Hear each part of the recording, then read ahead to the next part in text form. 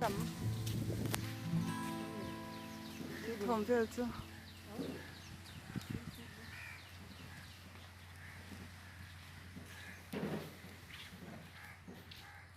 Wow, chút nó nằm đều bù lạc câu đơn. Wow.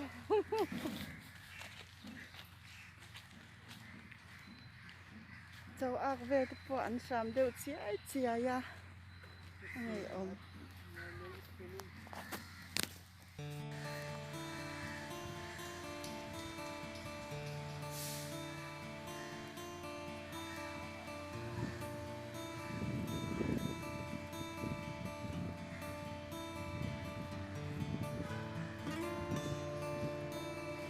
Anh biết anh hoàn về thì mỗi em mà ya có vui khát cờ na nha ôi thì đi anh sẽ này tất nhiên anh đi xa tất anh hoàn về thì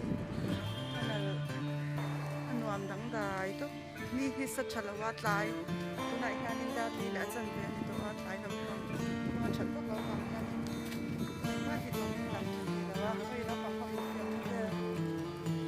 phải bốc xe anh coi tu thì anh coi chả thì sẽ tất lo tu thì quan lâu ông về thì police là điều khiển lâu ông về anh baka